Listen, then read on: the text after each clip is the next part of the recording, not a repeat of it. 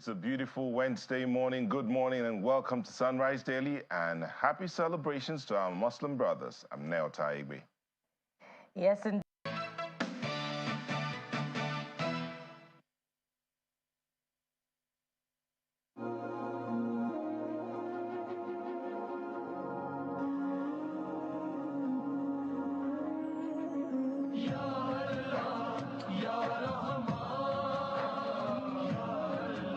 Television wishes you a happy Eid al-Maulud. On the issue of foreign exchange rates, which everybody's been talking about, and naturally is very worrisome to everybody, very, very worrisome. It goes without saying, quite frankly, that for the sort of country we want, we do need to have an exchange rate that is stable.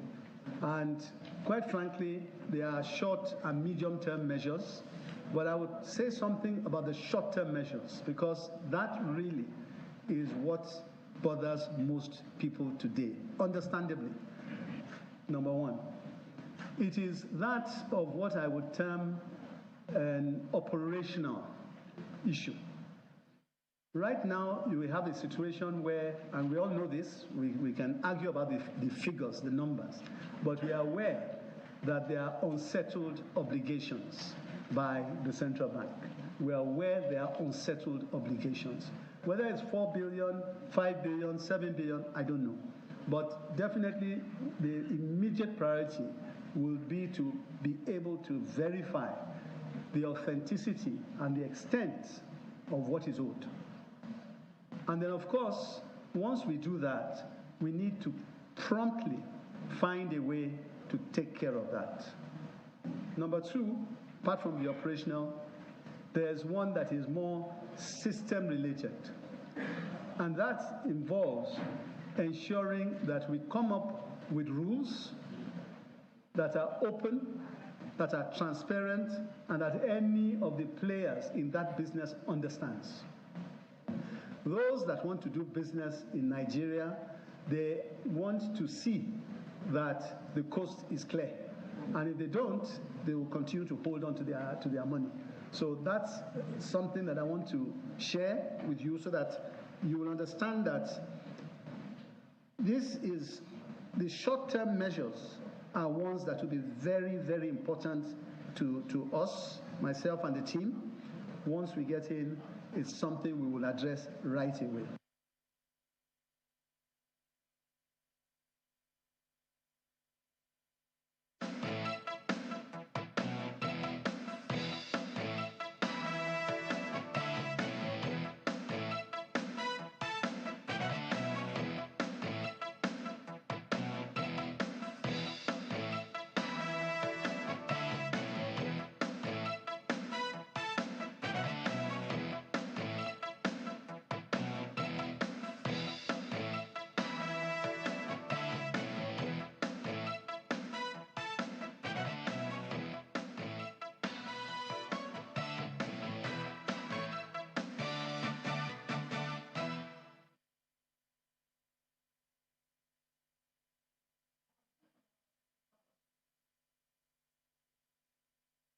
With the confirmation of the governor of CBN and his deputies, all eyes are on them now about fixing the economy.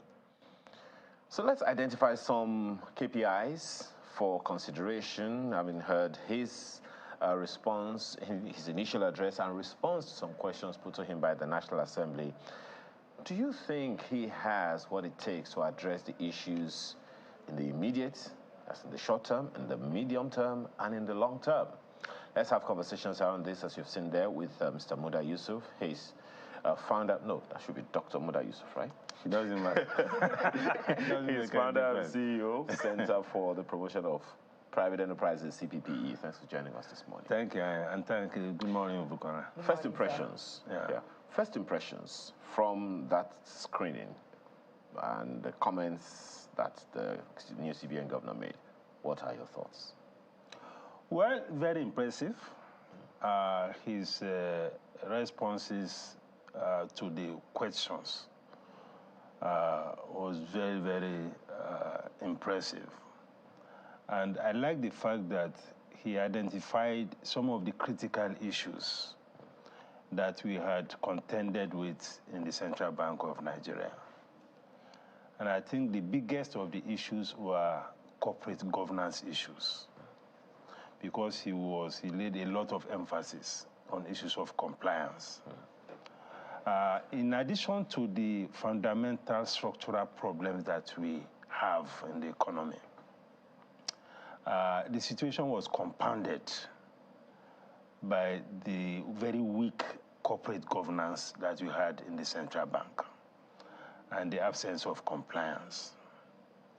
Because how else will you explain a situation where we had a central bank that did not publish accounts for close to 6 years? And you know how strategic the central bank is to the economy. You know, how do you explain a situation where you had all manner of issues around our foreign exchange markets? Because if you talk to any operator in the economy, they will tell you how bad things were.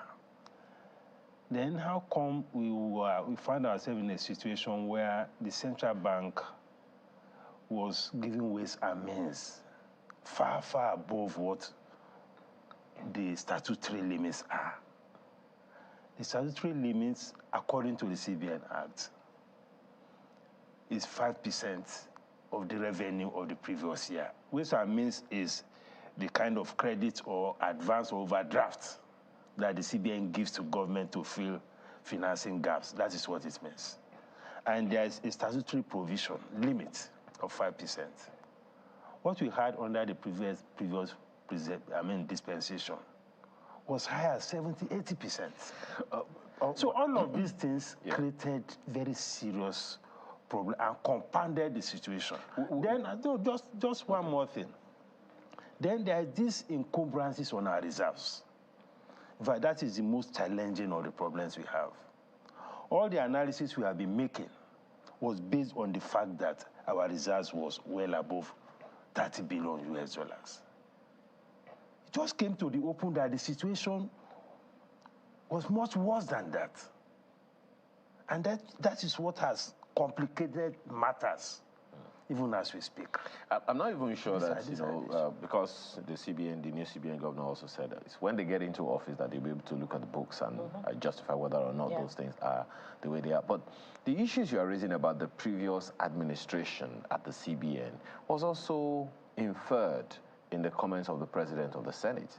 And I'm sure you heard him make quite a number of references to it. You talked about the corporate governance issues, which was a direct responsibility of the governor of the central bank. You talked about the ways and means, which is a direct, responsibility of the governor of the central bank. And the president of the Senate also cited the situation where a sitting governor of the central bank is veering into politics while still in office. It sounds to me, and maybe we should begin from there, that we pay so much attention to the individual that no one is able to take on that individual, or the system is not strong enough to push out or to check the behavior or activities of the governor of the central bank. That's a little concerning, don't you think? Because a situation where those ways and means, we had a National Assembly, the governor of the central bank was veering into politics, everyone, saw what was happening, and it would seem like no one was able to do anything.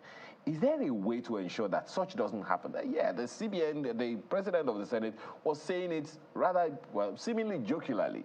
Are you going to go into politics as well? But who is supposed to check the excesses or the exuberances of the governor of the central bank to the point that we don't have to get to the point where we're saying you are spending more than 65% above what you're supposed to spend in terms of ways and means?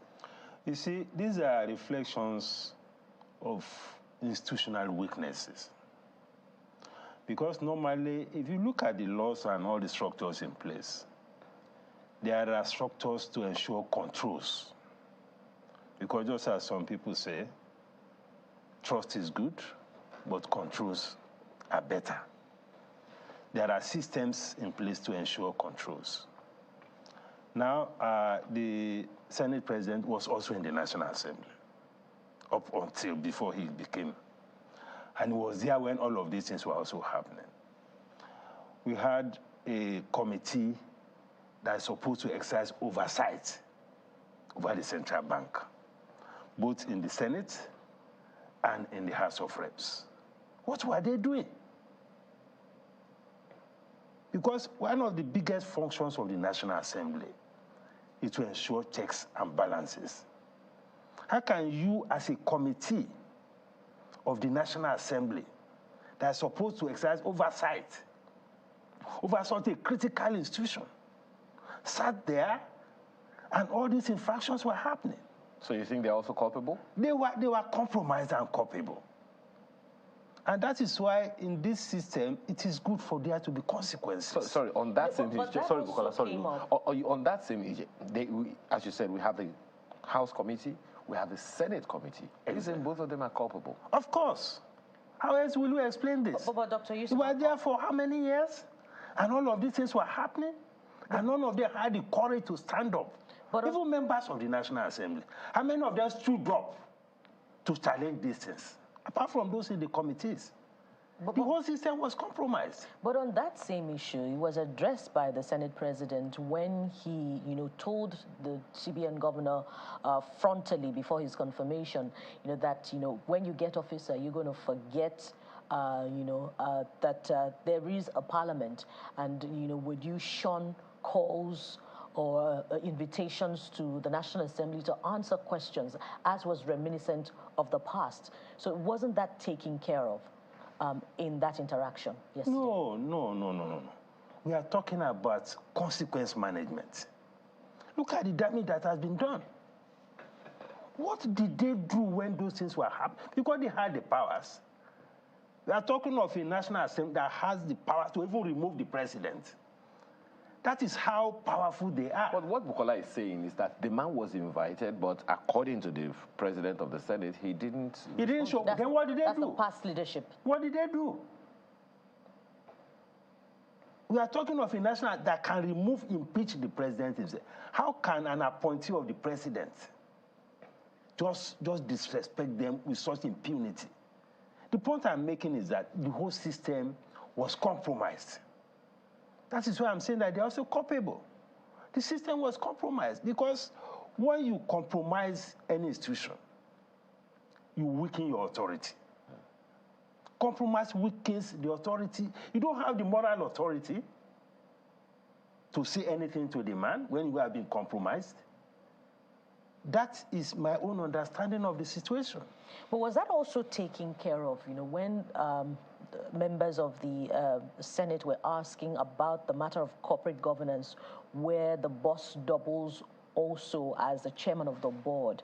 And was his response that, this is how it is done according to international practice? Was this satisfactory enough? And, going forward, perhaps if the law establishing the CBN were to be reviewed and that was to be separate, would it, with the separation of that office, would it serve to check the excesses of anyone that heads the Apex Bank in the future? I think so. Because sometimes you have to situate your policies and your regulations within the context of your own environment. We have seen that too much powers sometimes can pose a risk to a system. Before now, we used to have, even in the banking system, where the MD will also double as the chairman of the bank. But because of all these corporate governance issues, the CBN had to come up with a regulation that you cannot be chairman and be MD at the same time. Now, if you have a level-headed person or somebody who has the right kind of carry to manage the position, it may not matter. But you cannot guarantee who will be there tomorrow. So when you are the CBN governor and you are the chairman of the board, it's extremely difficult within that system to have proper checks and balances. Given our recent experience, it may not happen under this dispensation. but you make rules to guard against a situation where you have somebody who will abuse the position. That is why the structures have to be there, both within the CBN and even outside the CBN. But do you think the law insulates the CBN governor enough from incursion by political interests?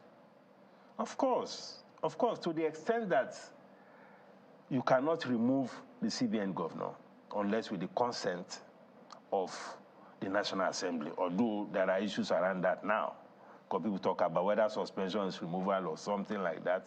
That has not been finally settled, by the judiciary. I think Sanusi attempted to do it, but he abandoned it halfway.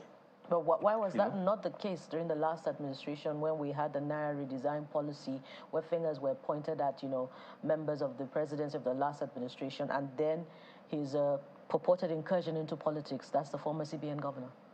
Well, it's a function of how people have the courage to also speak truth to power. Under the Buhari administration, there was this imperial disposition that wherever the president stands, nobody there goes to challenge his position. And the previous governor was able to do that because he had the backing of the president from all we saw. And once he had that, he was able to intimidate everybody, even including the National Assembly. So that was why they could not do anything. So for me, the National Assembly has not done well at all at that time. I mean, look at the way the Naira redesign went. The man called the bluff of everybody, almost even including the Supreme Court. Dr. Yusuf, let's make some progress, because now that we have a new dispensation on our hands, one of the things that the new CBN governor said is that if they are confirmed, the immediate plan is to stabilize the Naira. The immediate plan to stabilize the Naira will be for the Apex Bank to settle some financial obligations and make what they call transparent rules. First of all, there are those who are wondering what that means. And secondly, how significant do you think that would be in the immediate? No, that's very significant. Because you know how sensitive the economy is to foreign exchange issues. This economy is highly sensitive to developments in the foreign exchange market. Unfortunately so. Because the level of import dependence is extremely high. So managing the forex environment is the topmost priority for him.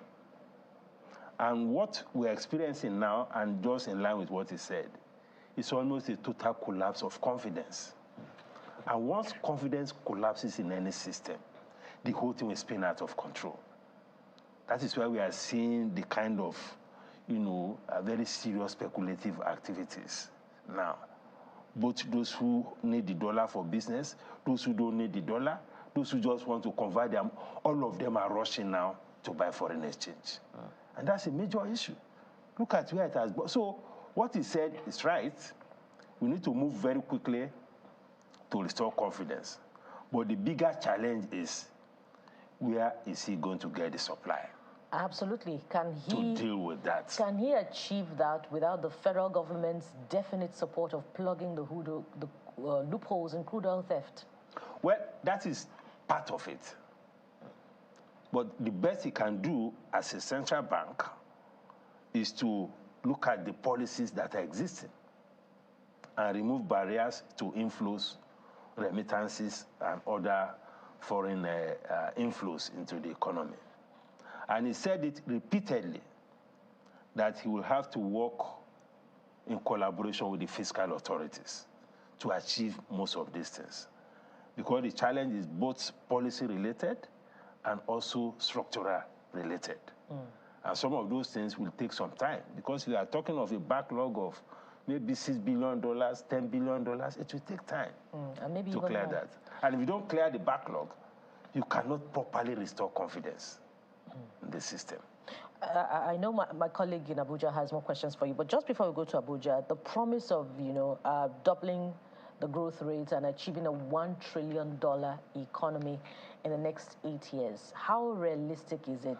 Is it okay to give highfalutin promises that, like most administrations and their representatives give, and 6, 7 years down the line, it's still eluding the country? Well, 8 years. 8 years is a long time if we really get things right. Because this economy has the fundamentals to deliver on that kind of promise. I say that because we have the resources and we have the people. The biggest obstacle to the economy is those in governance. Once we're able to fix that, and once he's able to do some of the things he said, and once those in the economic team are also able to do the right things, we have the entrepreneurs. We have those who can create the wealth to take us to that point in 8 years. I believe it's something. And we have the resources anyway. Most of our resources are being suboptimally utilized. We are not capturing value the way we should capture value. It's feasible if we do the right things. Absolutely. Nyota. Thank you very much. Thank you. Dr. Yusuf, my colleagues have asked a lot of questions, but let's look at this matter of the inflation rate. I know he talked, the new CBN governor talked about what he's going to do, about the exchange rate. He's talked about settling on unsettled obligations and rules that are transparent, putting out rules that are transparent, that even the investors will clearly see that this is what we're doing. Again, that will work. But see what the IMF was talking about. IMF put out, or giving hints on how to avoid a debt crisis, says policy changes are more likely to yield tangible results if the fiscal institutions are strong and efficient. So we have a new CBN governor who has a reputation. And he has talked about some of the things he's going to do, the low-hanging fruits that he's going to handle. The question is, being a monetary policy organization and what they're supposed to do, are the fiscal institutions strong enough to handle what he's coming up with? Well, it's time that will tell, because it's still early days. But what I do know is that, unlike what we had under the previous dispensation, there's likely to be better coordination under the current dispensation, given the background of both the finance minister and, of course, the Central Bank of Nigeria. Given their background, given where they are coming from, given their credentials, I expect that there will be better coordination. If you have a much better coordination, then a lot of these macroeconomic challenges will be easier to deal with. Unlike what we had in the previous dispensation, there was really no, that chemistry was not there under the present dispensation. There was a whole lot of silo mentality or silo approach. People were operating in silos and all of that. There was all manner of territorial, sensibilities under that administration. But from some of the documents that we have seen, there's even a structure to ensure policy coordination. And that is why we have a coordinating minister for the economy, not just a finance minister. So from that point of view, I think that we should expect a better synergy and collaboration between those key institutions. But when you talk about inflation, you see, apart from the point that the CBN governor made about money supply, and that was also a very, very important point he made, the impact of money supply and the impact of monetization of deficit on inflation, which he has promised to check. Apart from that, practically all the key instruments of fighting inflation have almost been exhausted by the central bank. The cash reserve requirement currently is 32.5%. It's one of the highest that you can have globally. And the implication of that is that for every 100 million naira deposits that gets into the banking system, 32.5 million is sterilized with the Central Bank of Nigeria. And if you talk to those who are operators in the sector, the percentage is even much higher than that. Some of them have a CRR of almost 50%. Then you have the MPR, which is already at 18.5% or so. So these things are already extremely high. So that is why some of us are saying that the bigger issue with inflation has to do with the structural issues, creating the environment to boost the supply side of the economy, to increase productivity in the economy, and on the monetary side, to have some controls over the rate at which the CBN is printing money or the rate at which the CBN is financing deficits. I think for inflation to be tackled, those two sides, both the fiscal and monetary, have very big role to play. But more importantly, the fiscal side. So that part about increasing the productivity of the economy, how would that work, seeing that the interest rates are so high? You talked about the deposit rates as it is, 32% already. That pushing onto the interest rates, how would that, if the manufacturers and those running the industries cannot have access to finance, and when they do have it, the rates are so high up there, how would that affect their productivity? Well, interest rate is an issue, but there are bigger issues affecting productivity. Right now, diesel price is crossing 1,000 naira per liter. You can imagine the implication of that for productivity. In an economy where in the last 1 or 2 months, we have been seeing frequent collapse of the national grid. Imagine the implication of that for the cost of production. Some businesses are already even packing up. Because how do you deal with a situation where you have very serious challenge with the cost of energy, and you have very serious challenge with foreign exchange? Not many businesses can survive that for long. And some of them have even suspended operations. Many of them are running at a loss as we speak. They're just operating their businesses just to be able to generate some cash flow, because they cannot pass on all the costs to their customers. Purchasing power is weak. Disposable income is very low. So many businesses are in a quandary. Yes, interest rate is something that we need to deal with. Although if we're able to tackle inflation, that may help with reduction in interest rates. But there are bigger issues, more than that. Because energy issue is a big issue. Foreign exchange issue is even a bigger issue. So these are some of the macroeconomic things I think that needed to be tackled, in addition to seeing what we can do about the issue of the cost of fund. In tackling these macroeconomic issues, see some of the things that he put out. He said, these are all evidences you put out. It says evidence-based monetary policies. That's what he's going to be pursuing. So the policies will be based on evidence. But he said, at least 50% of inflation has been as a result of money supply and deficit financing. So he will work with the fiscal institutions to manage the deficit financing matter of things. But the low-hanging fruit in this area of inflation, managing the inflation situation, even as the experts have said, this is the area he needs to pursue. What would you be advising that be done immediately? Because the manufacturers are crying, the consumers are crying because they are bearing the brunt of all of these things. And even the government is beginning to cry because of what all the other parts of the society are going through. So what would be the things that you think the institution should handle immediately? Well, there is no quick fix to this, given the key drivers of inflation. The quick fix? There is no quick fix. But in terms of some quick responses, because in his interaction with the National Assembly, with the Senate, he did talk about the issue of money supply, which you also alluded to. Of course, that can be dealt with as quickly as possible, but it is not likely that you get immediate results. But what I will suggest is that we need to look at our fiscal policy instruments, particularly in the area of import duty, some taxes and things like that, because we are dealing with a situation where for many of the products, particularly for those in production, import duties that they pay are still very high. So when you have high import duty and you have a very weak exchange rate, it's a double whammy.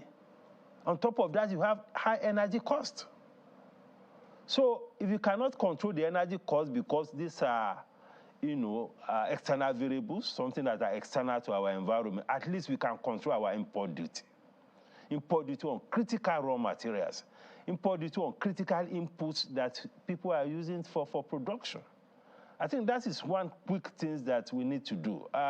Unfortunately, I've not heard so much about using the import duty or the tariff or trade policy instruments to deal with the current challenges. I think we need to look more in that direction. We should not be too focused on generating revenue to the extent that we go and suffocate the system.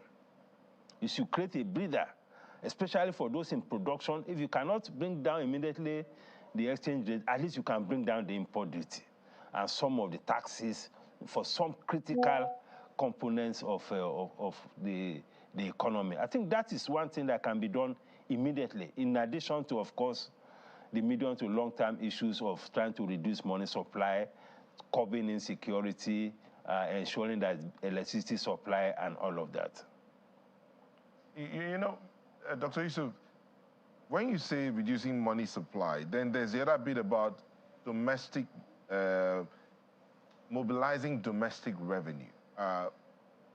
Let's put the two and two together. If we're going by the IMF's recommendation of saying mobilizing domestic revenue is less detrimental to the growth of a nation's economy, and then you're talking about reducing money supply, can we work out a balance here that, again, of course, there are no quick fixes, but there are some quick responses that can be done. So we know that the local debt, as it is right now, is very high up there. But we're still talking about how to mobilize funds for the manufacturing industry. And you're talking about the things that are already too high and need to be brought down. So if we're going by the IMF's recommendation of mobilizing domestic finances, yet you're saying we should cut down the supply of money. Please, let's work out a balance. How do we balance things out here? No, that's a distinction between revenue and money supply. They are different things. Okay, please clear that up. Yes, they are different things. Revenue is about issues of taxation and also non-tax revenue, how you can generate revenue from those who are operators in the economy by way of taxation. Money supply, that especially the component that the CBN governor referred to, is this idea of printing money. The ways and means that was recently securitized reached a level of almost about 23 trillion before it was securitized. That is huge liquidity. That's huge pumping of money into the system. These are monies. These are inflows into the economy that you cannot tie to any productivity or economic activity within the economy. So it is that kind of money that is injurious to the economy. And that is the kind of thing that we need to cut down. The normal taxes are things that are derived from normal economic activities. So that is the difference.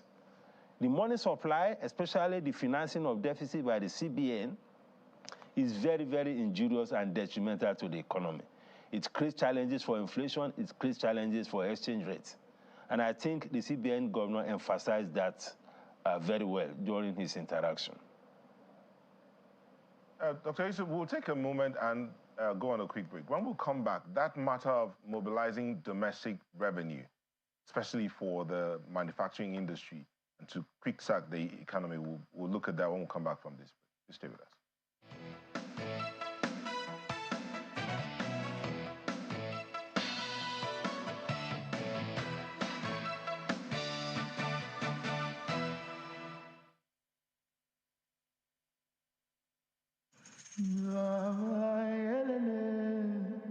Professor Patrick Lumumba. Professor Patrick Lumumba is a Kenyan lawyer and activist. He is a former director of the Kenyan School of Law and served as the director of the Kenyan Anti-Corruption Commission from July 2010 to August 2011. He is a notable Pan-Africanist and has delivered several speeches alluding to or about African solutions to African problems. Professor Patrick Lumumba will be speaking at the platform. Date is Monday, 2nd of October 2023. Time 9 a.m. Venue is the Covenant Place, Igomo, right beside the National Theatre. See you there. This event will be broadcast live on Channels Television. The platform is powered by the Covenant Nation.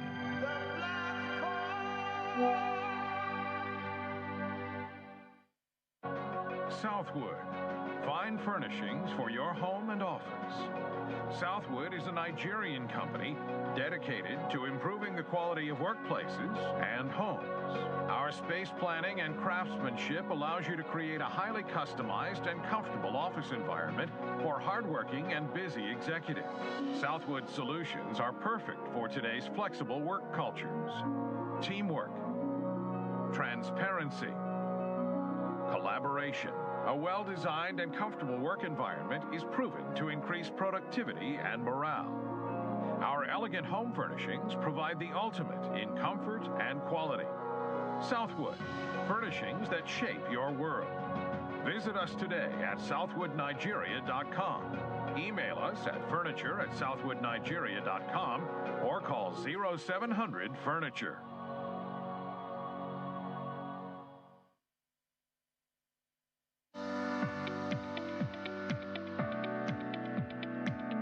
The Duchess International Hospital caters to every aspect of the family's health needs. A one-stop shop for maternity and child health services, emergency medicine and critical care, medical and surgical subspecialties, dental and eye care, and a range of other subspecialties and services, all available at a single location right here in the heart of Ikeja. And it really doesn't matter if you're paying out of pocket using your HMO or private insurance. We focus completely on providing that world-class affordable healthcare for all the family at all times.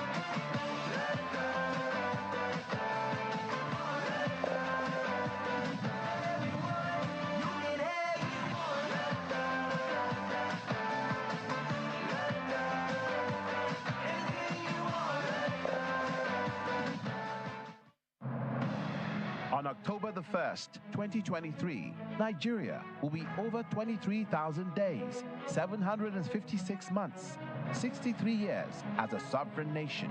Watch Channels Television as it brings you Independence Day Special with the theme Empowering Tomorrow, a New Vision for Nigeria, with seasoned analysts, erudite scholars, and policymakers to blaze a new trail.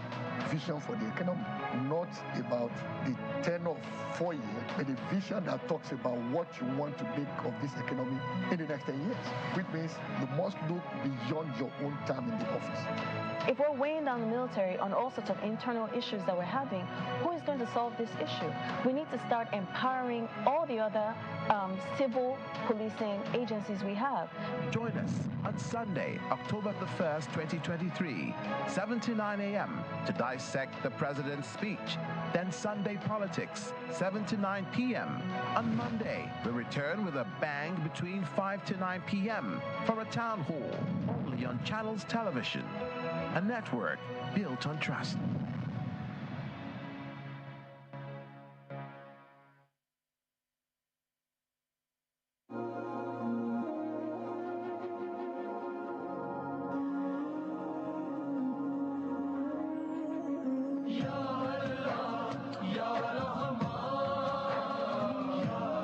Channels Television wishes you a happy Eid al-Maulud.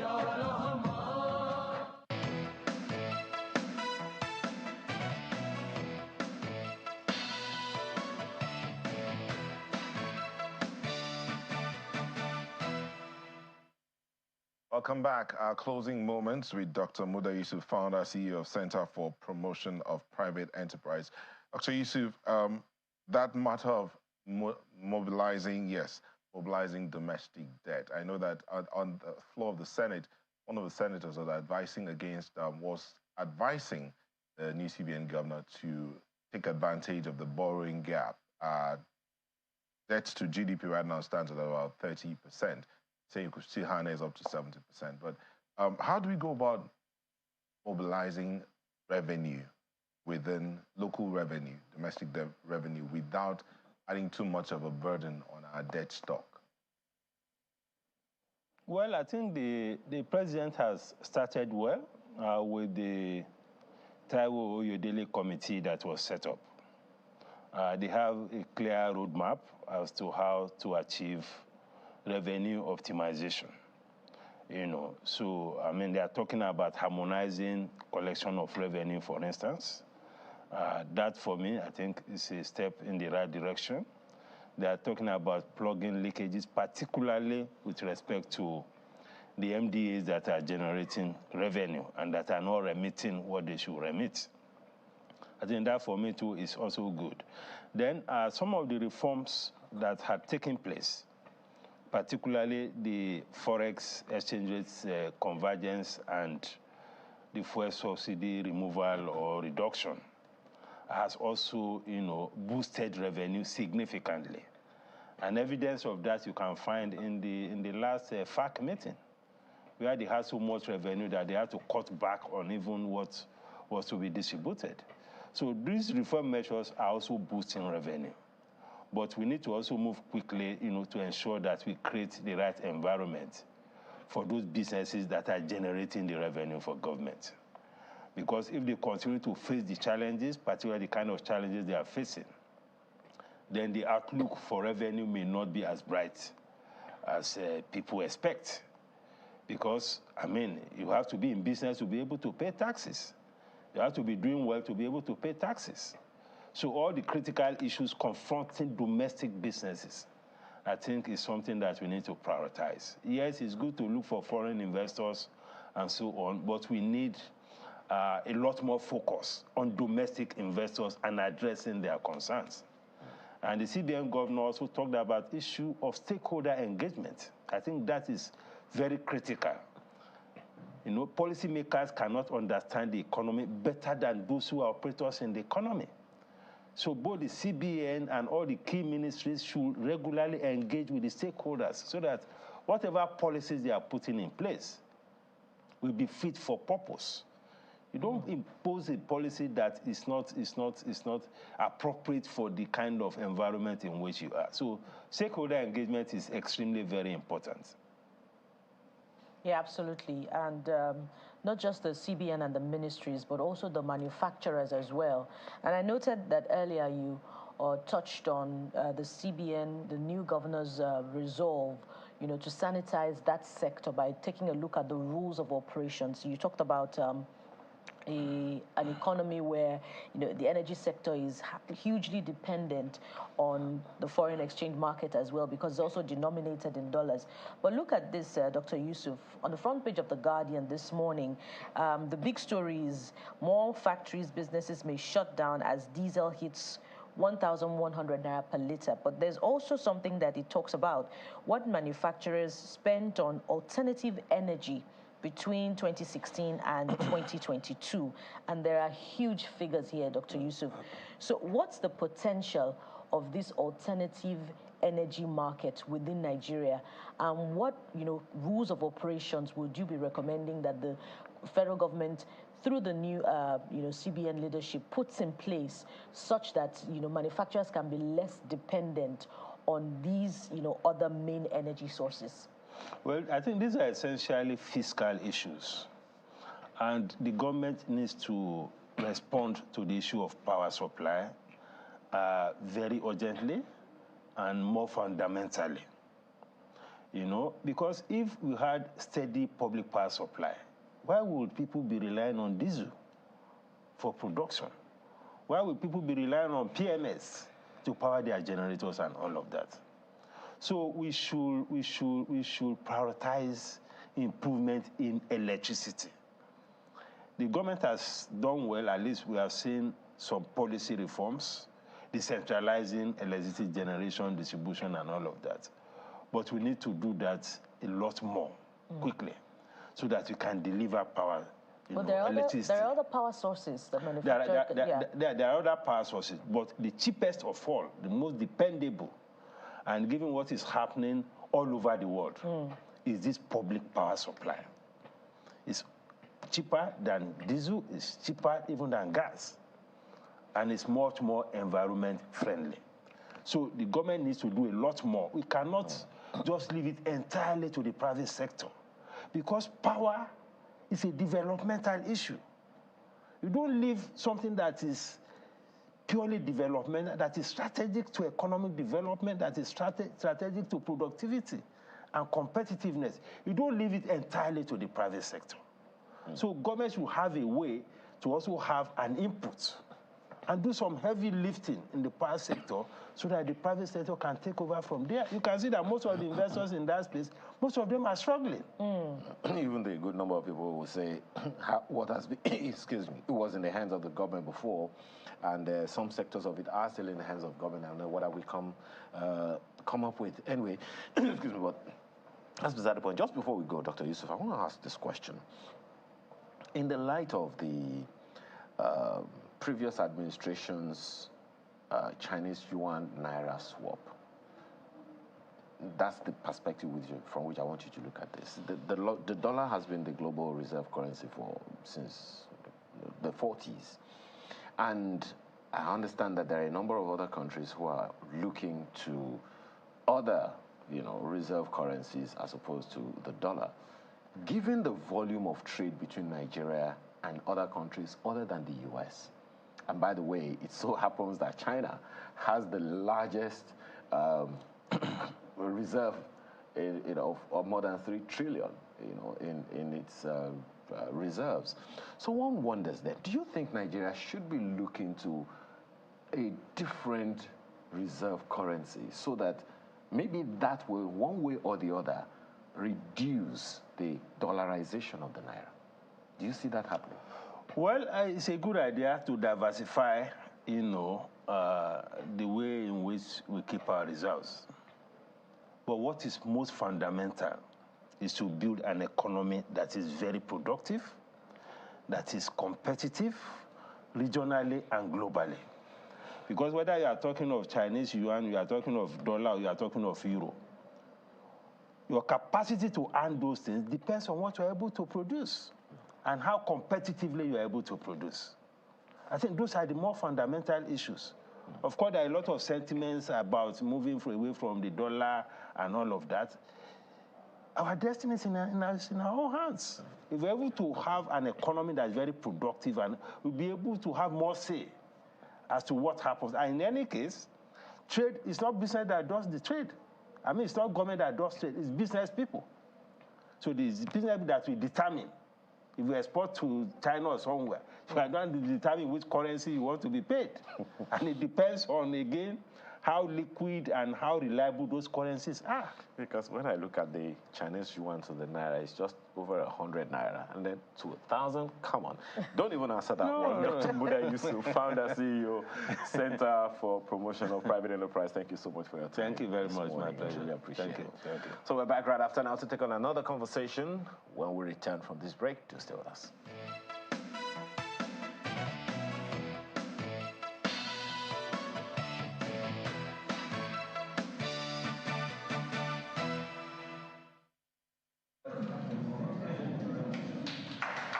This exercise is to train frontline security agencies, human rights stakeholders, the judiciary and state lawmakers on civil-military relations, conflict prevention, respect for human rights, and protection of civilians to better handle incidents of banditry, kidnapping, and armed robbery in the Northwest Zone.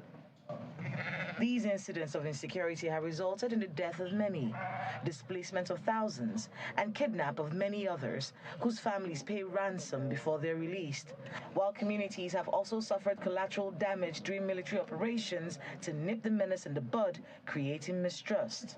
One of the rationales for having this training is that we saw the necessity growing rise in human rights abuse in various states, seeing the various kind of conflicts and insurgencies we have in the state, we saw that there's a need to actually have civilian protection at the core of what we do.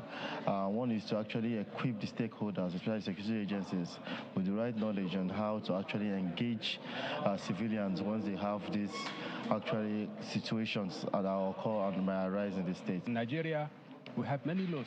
We have more than enough laws. The only issue is compliance or enforcement of those laws. So whatever we are doing, we have to comply with the provisions of our laws, and that will tackle the problem. The Zamfara state government is also not resting on its oars to end the insecurity. It is putting in place legislation to equip the military through the State House of Assembly. Zamfara state is seriously challenged with security issues, so we are trained how to manage this security situation in the state. The consensus here is that it is important to be careful and professional in carrying out the various responsibilities and share credible intelligence with security agencies. If Zamfara state and Nigeria must succeed in resolving all forms of security challenges bedeviling the nation.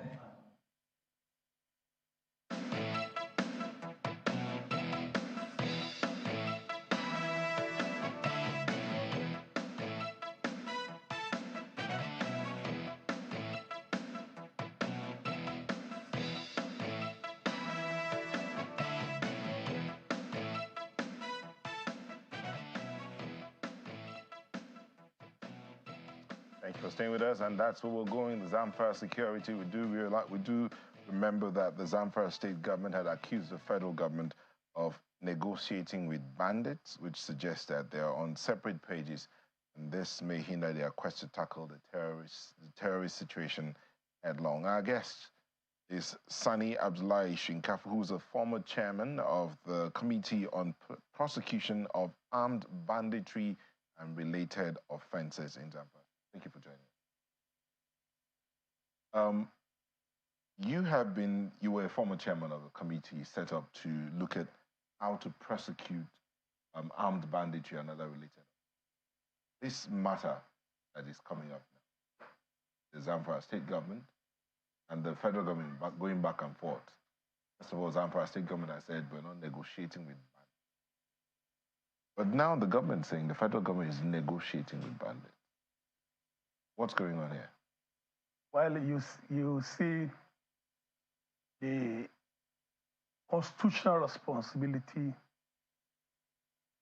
of any serious government is to serve people, also to provide security of lives and property.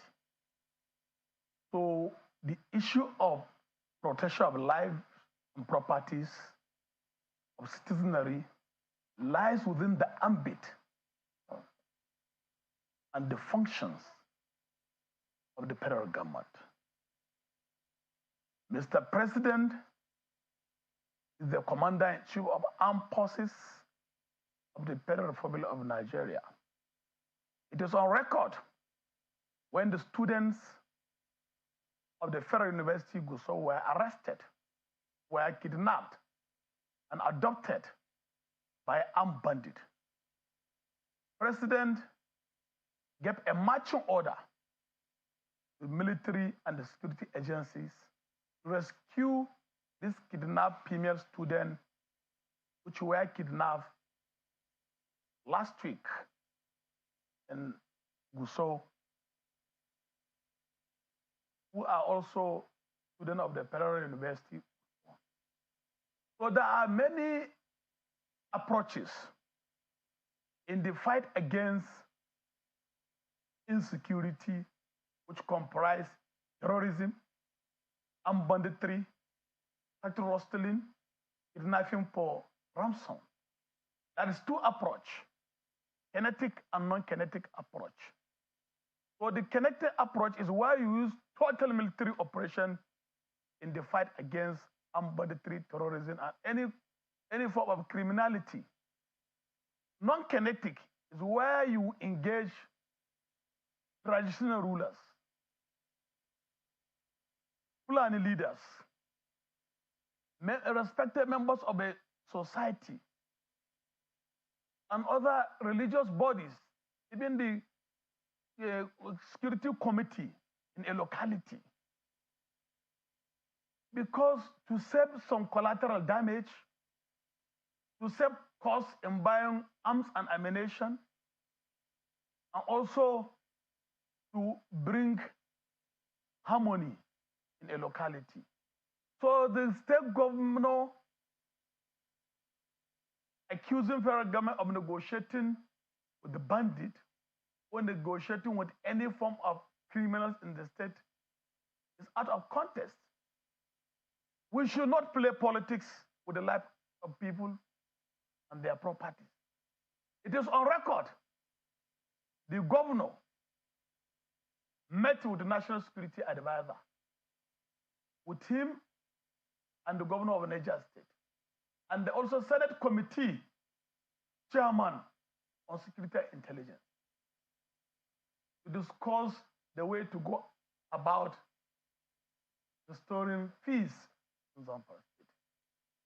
So if the office of NSA or the military or Ministry of Defense follows an approach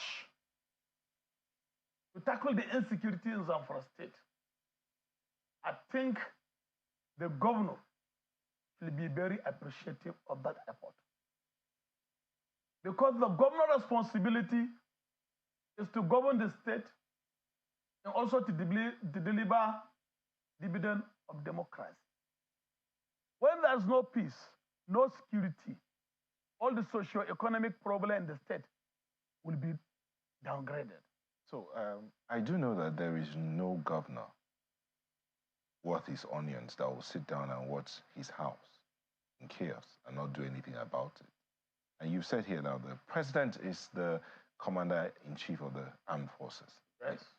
All the security apparatus sits with the federal government. So it's the federal government that will deploy, so to speak. Now, if there's a situation on ground, if he has met with all of these people you mentioned, but he's saying now that he, as a state, has said, we will not negotiate with these people. But you are coming to, that's his stance. So do you think that he doesn't want to work with the federal government to end banditry in his state? What he was trying to say, I'm very sorry to say it, he's too economical with the truth. Because he knows, I know, you know, Nigerians know, deployment of military lies within the powers of Mr. President. It's a constitutional responsibility of Mr. President to deploy Army, Air Force, including the Navy. Because one of the constitutional responsibility of Mr. President as a commander-in-chief of armed forces of the Federal Force of Nigeria is to protect the territorial integrity of a country at the land border, on the airspace, and on the sea. So if the governor is saying that he's not going to negotiate with the bandit, but the constitutional responsibility of the deployment of military forces lies within the powers of the governor, that is where the question arises. And he knows, I know, I'm from the process, is from the state. I knew more than 200 kidnapped victims were released unconditionally by the bandit previous week and last month. In Birnin Magaji, in Muhaye, in part of Maradun, including in Shinkafi, where I come from. Because the terrain, the military are fighting this bandit. It is a very difficult terrain. And I have been saying time would add number that the military in Zamfara are overstretched. They are under-equipped. They are understaffed. In the whole of Zamfara State military camp, you cannot see a functional CSK armor personnel carrier vehicle to curtail this bandit. So for the governor to sit down and be accusing federal government of negotiating with the bandit, internationally, there is two ways, as I have said earlier, to fight insecurity, terrorism, kidnapping, and any form of criminality that is kinetic and non-kinetic approach. Okay. So if the federal government is going to use kinetic approach to curtail or to tackle insecurity, I have seen nothing the governor should condemn, because he cannot give an order to Commissioner of Police to go and attack bandits. It is from the federal government. He cannot direct DSS to go and attack bandit camp or military or air force. Mr. Shinkafi, Nigeria is a democracy, right? It's a federation. So the states have their powers within their contiguous environment. If you have your house, I don't live in your house, or you tell me there's a situation in your house, and then I go to your house to begin to try to resolve that situation here, wouldn't it be wise for me to speak with you and we work together to tidy up the situation in your house? Shouldn't that be the situation? This situation, you see, there must be a synergy, and there must be a symbiotic relationship between the federal government, state government, and even the local government. But what I'm saying, the governor knows, and the people of Zamfara State knows, there is a peace dialogue between the leaders of Fulani, traditional rulers, including security personnel, including representative of the governor, that is the Commissioner for Special Duty, in Birni Magaji.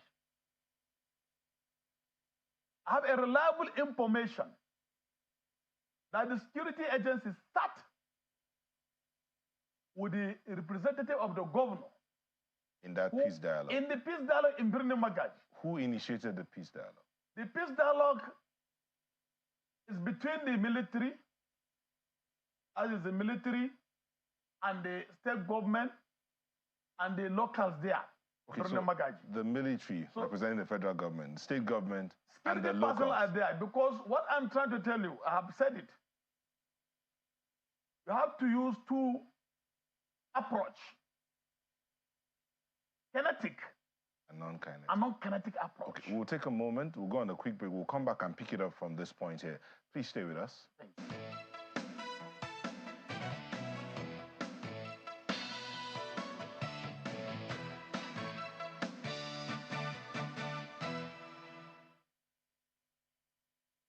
Politicians make lofty campaign promises, but do they really fulfill them? Are you worried about the quality of governance? Do you know how to hold your public officers and politicians accountable? As a Nigerian, do you even know your rights? Many questions begging for answers, but don't you worry. We've got you covered. We bring you Democracy 101 in 5, your reliable and easy-to-digest guide on citizens' rights, government's responsibilities, rule of law, holding government accountable, and all things democracy. Democracy is more than elections. The real essence of democracy is what plays out after the elections. Democracy is about making government work for you. Watch Democracy 101 every weekday at 7:55 p.m. and Sundays at 8:55 p.m. on Channels Television. Democracy 101 in 5 is an initiative of Yaga Africa with support of the UK Foreign and Commonwealth Development Office, FCDO. Mr. Taiwo Oyedele is the chairman of the Presidential Committee on Fiscal Policy and Tax Reforms, set up by President Bola Ahmed Tinubu. Prior to this, he was the fiscal policy partner and Africa tax leader at PwC, where he worked for 22 years, gaining in-depth knowledge and diverse experience ranging from tax advisory and policy advocacy to business strategy consulting. Mr. Taiwo Oyedele will be speaking at the platform on making Nigeria the springboard for the Africa we want through sound economic policies and responsible citizenship. Date is Monday, 2nd of October 2023. Time 9 a.m. Venue is the Covenant Place, Igomo, right beside the National Theatre. See you there. This event will be broadcast live on Channels Television. The platform is powered by the Covenant Nation.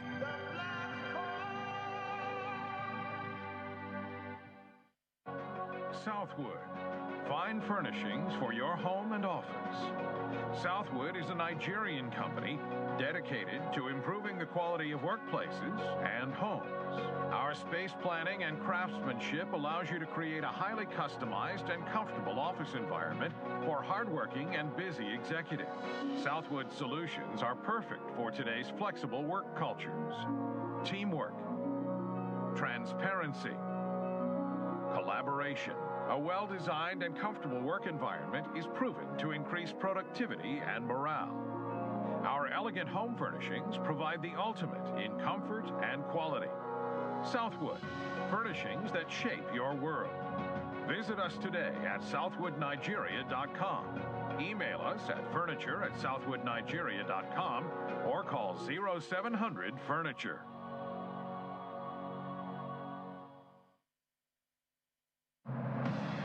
On October the 1st, 2023, Nigeria will be over 23,000 days, 756 months, 63 years as a sovereign nation.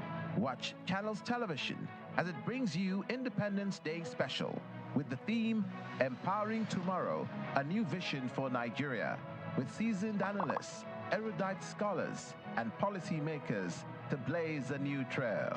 Vision for the economy, not about the 10 or 4 years, but a vision that talks about what you want to make of this economy in the next 10 years, which means you must look beyond your own time in the office.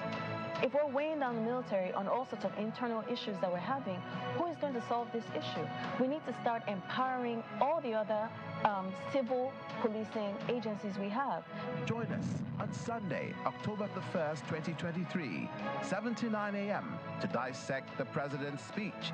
Then Sunday Politics, 7 to 9 p.m. On Monday, we return with a bang between 5 to 9 p.m. for a town hall, only on Channels Television, a network built on trust.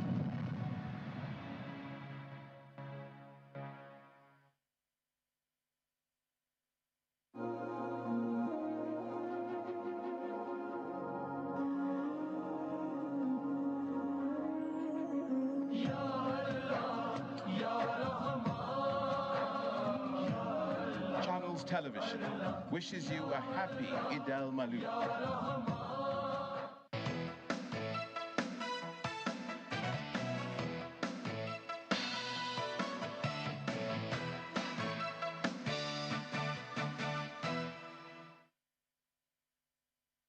Welcome back. We still have Sani Abdullahi Shinkafi, former chairman, Committee on Prosecution of Armed Banditry and Related Offences, here with us. Thank you for staying with us. Before we went on that break, you were talking about kinetic and non-kinetic approach to ending terrorism, banditry and terrorism basically across the country. Now, we do know that this is not something that just started. It's almost a decade since this matter reared its ugly head. The question then will be, why is it seeming impossible to end banditry? Well, it is not impossible to end the banditry, but because of there are some contributing factors which make it very difficult and banditry within the shortest period of time. There is root causes of banditry. Unless there's going to be a remedy on those root factors, that is lack of proper laws and legislation to prosecute these banditry-related offenses, which involve higher level of corruption on the part of security agencies, higher level of corruption on the part of the judiciary. There is lack of proper border control, that is popularization of smaller and lighter arms are being smuggled in the land border. And Zamfara State share boundary with the Niger Republic. In my local government where I come from, you can't spend 1.5 hours without entering Niger Republic. In Zulumi local government, you can't spend 20 to 30 minutes or 10 minutes. You just cross the border, Niger border. So there should be a proper check and balances on this border control. Immigration are not doing the needful what they're supposed to do to stop illegal immigration of these aliens, foreign national, who smuggle smaller and lighter arms into Nigeria through the land border. Customs are not doing their work, what they're supposed to do. So what I'm saying, the most dangerous part of this banditry in Zamfara, politicians are toying with the life of the ordinary citizen of Zamfara by playing politics with banditry and insecurity to get unrecognized or undue publicity. This is one of the stumbling blocks in finding lasting solution to this banditry. And also the issue of poverty, bad governance, kidnapping for ransom. If you look at it critically, these bandits, they are not promoting any ideology like ISWAP, ISIS, Boko Haram, and Saruddin. So this banditry is a criminal economic driving enterprise where you see in any society there is good and bad and ugly. So even in the military force, there is bad eggs who are aiding and abetting banditry. It's on record, on the line. In my community, 3 army personnel were arrested for selling arms and ammunition and military kits to these armed bandits. Yet, nobody knows the outcome of that investigation on the part of the military. And also on the part of the military again, there is also another military personnel arrested, given a very important security intelligence report. Bandit. Whenever the Air Force want to attack the camp of the bandit, that military officer will have an information and he will relate to them and they will dodge from their head out. Yet, that report was not made public and nobody knows what is going on. So the problem like this adoption of the students of the Parent University of Gusau, from my own personal opinion, I blame the governor because there is a security intelligence report which the DSS gave to the state government and action agencies that the bandits have planned to attack educational institutions and the schools in Zamfara State. Yet, what has been done? No, hold on. I blame the manager of the university and the action agency. You know, you said something here that my colleagues in Lagos have questions for you, but just weighing on this one, you just said here now that there's a security report from the DSS given to the governor. Yes, and the action agencies. But earlier you said also that it is the governor cannot, in your words, cannot deploy the security agencies or the military. You said so. Yes. So if the report is there's a synergy between the state government and the federal government, even including local government, in the fight against this terrorism and insecurity in the land. So the state governor who owns the house gets this report and takes it to the federal government, say, see what's happening, and no action is done, and then you now say that the state government, you guys said earlier that he's politicizing the whole situation. Is that what you said earlier? Yes, because he visited the National Security Advisor on how to curtail the issue of insecurity. Okay. And as I have said earlier, the deployment of this security lies with the federal government. Okay.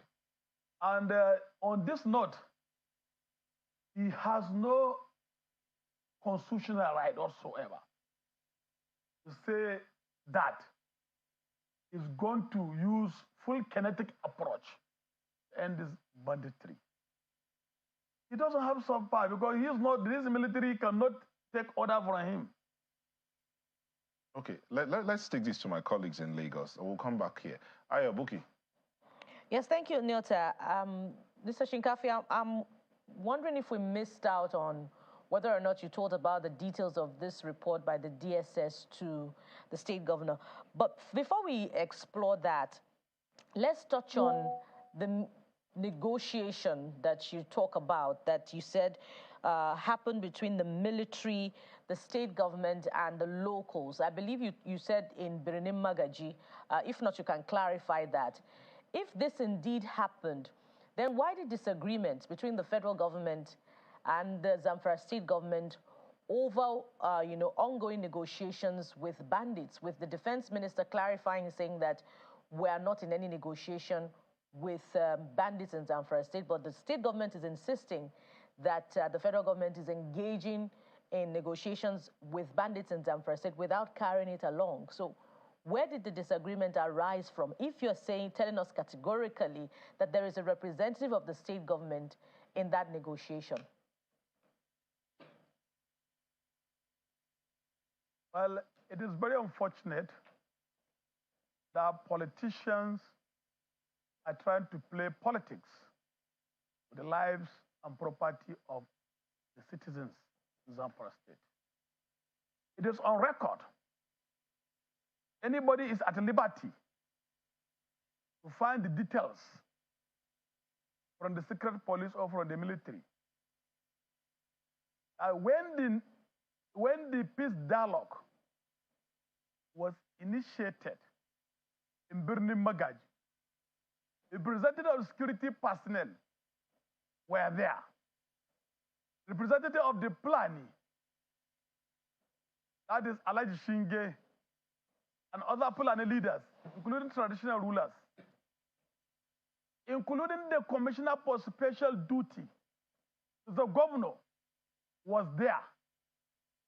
Can any commissioner go and attend such sensitive meetings without the governor giving him an authority to represent him or to represent the state governor?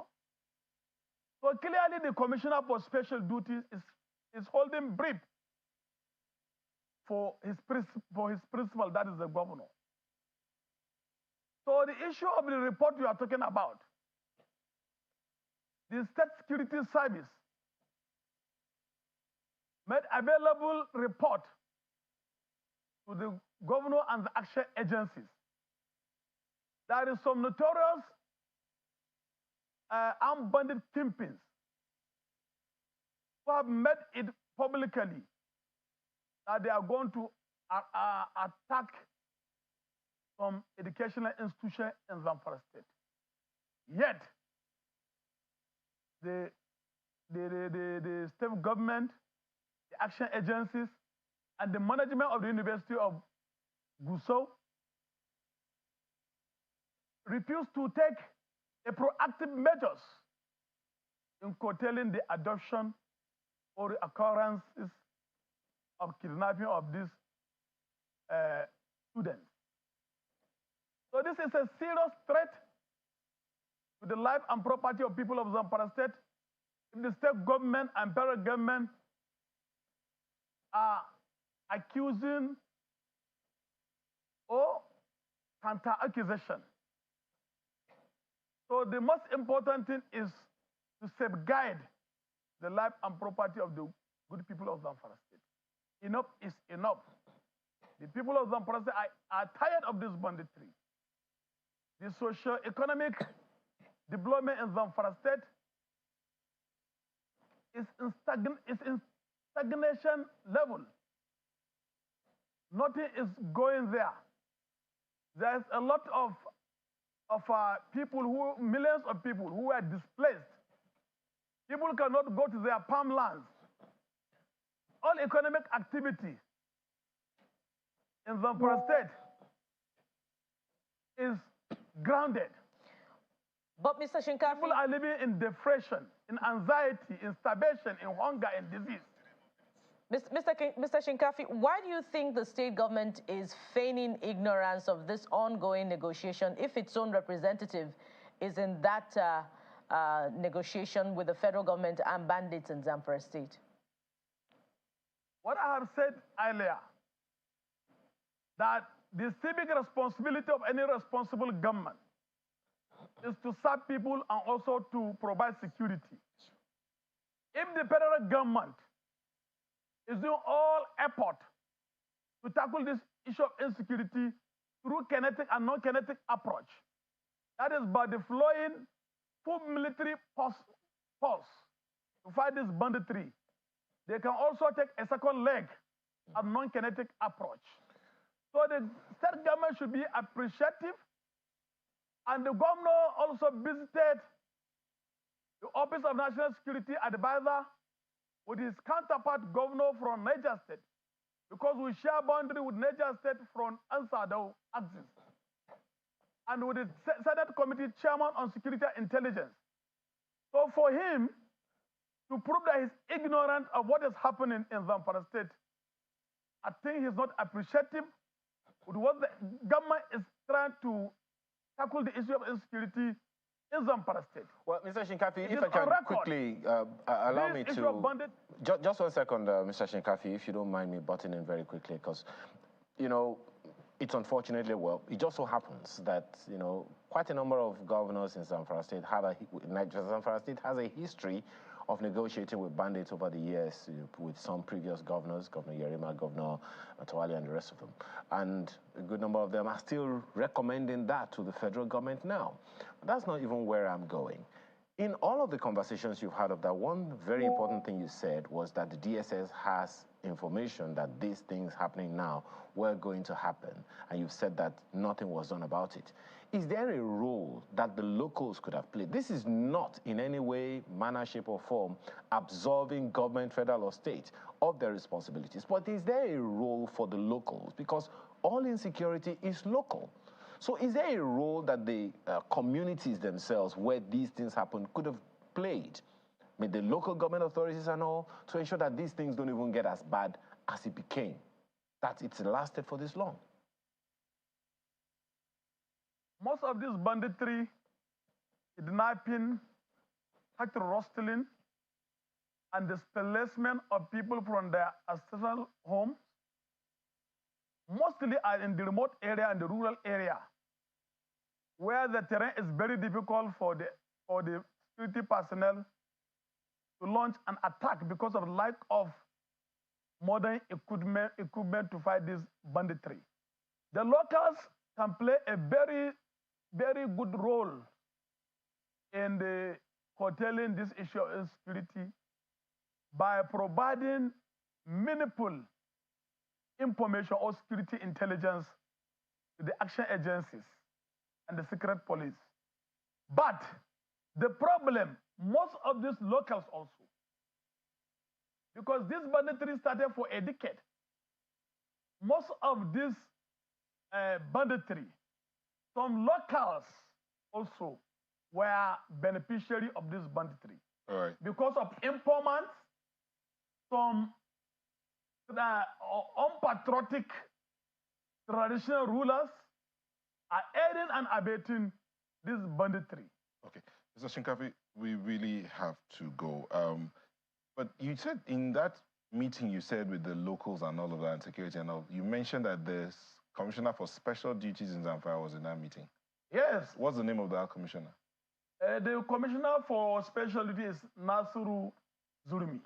Because I have information here that they do not have any commissioner for special duties in Zamfara. If they don't have, they have commissioner for intergovernmental affairs, which is attached to the office of the governor. Okay, all right. Even if they don't have commissioner for special duty, didn't they have Nasir Zulmi in their state executive council? All right. Mr. Sani Abdullah Shinkafi is the former chairman committee on the prosecution of armed banditry and related offenses in Zamfara State. Thank you for coming on to. Thank you. Thank you. And now let's look a bit at what your comments are. We have this first one from Mohammed Gire, and it says, here we are again. The new CBN governor shouldn't have classified his interventions into short, medium, and long term. To me, when dealing with the long-term issues they already tackled, short and medium-term challenges re-emerge. Sadly, that's our system. We need a state of emergency-like approach. That's coming from Mohammed Gire. Well, we hope that is considered. This one is coming from Professor Imonoka Inakina, and he says, the new CBN governor has preferred solutions to immediately fix the economy with his short-term solutions to deal with the monies owed and making everything transparent to all Nigerians to help bring the exchange rate down. Impressive, and Nigerians are hopeful. Sorry, that's from Honorable Ademola Laladi. Good.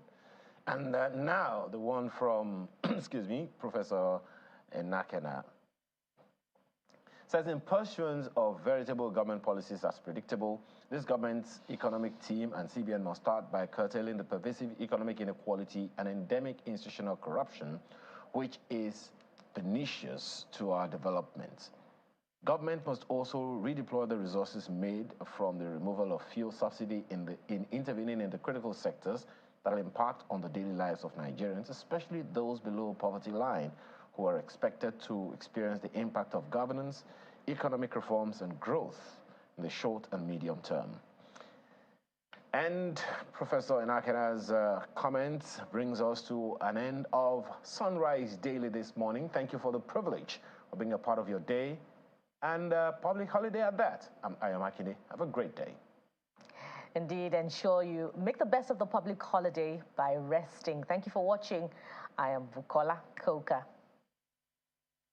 And while you rest, don't rest on your oars. You can do better than you did yesterday, today, and tomorrow. Above all, let's all work together to make our nation as what we want it to be. God bless you. I'm Neo Taigwe, and goodbye.